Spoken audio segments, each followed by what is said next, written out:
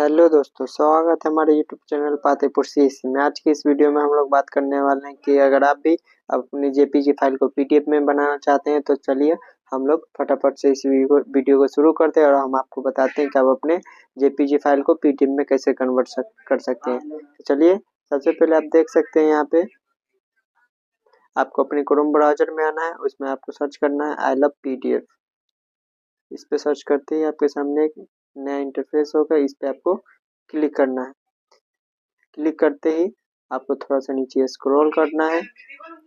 Scroll करते ही आप यहाँ पे देख सकते हैं PDF to JPG, JPG to PDF. आपको जो भी करना है उस पर आपको क्लिक करना है।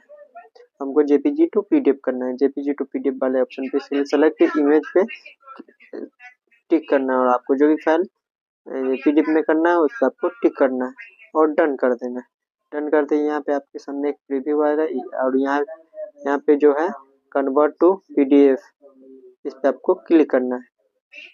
क्लिक करते ही थोड़ा देर आपको वेट करना है। वेट करते ही आपको यहाँ पे ऑटोमेटिक आपका फाइल जो है वो डाउनलोड हो जाएगा। इस पे आपको क्लिक करके आप अपना फाइल जो है वो पीडीएफ डाउनलोड करके देख सकते हैं। अगर आप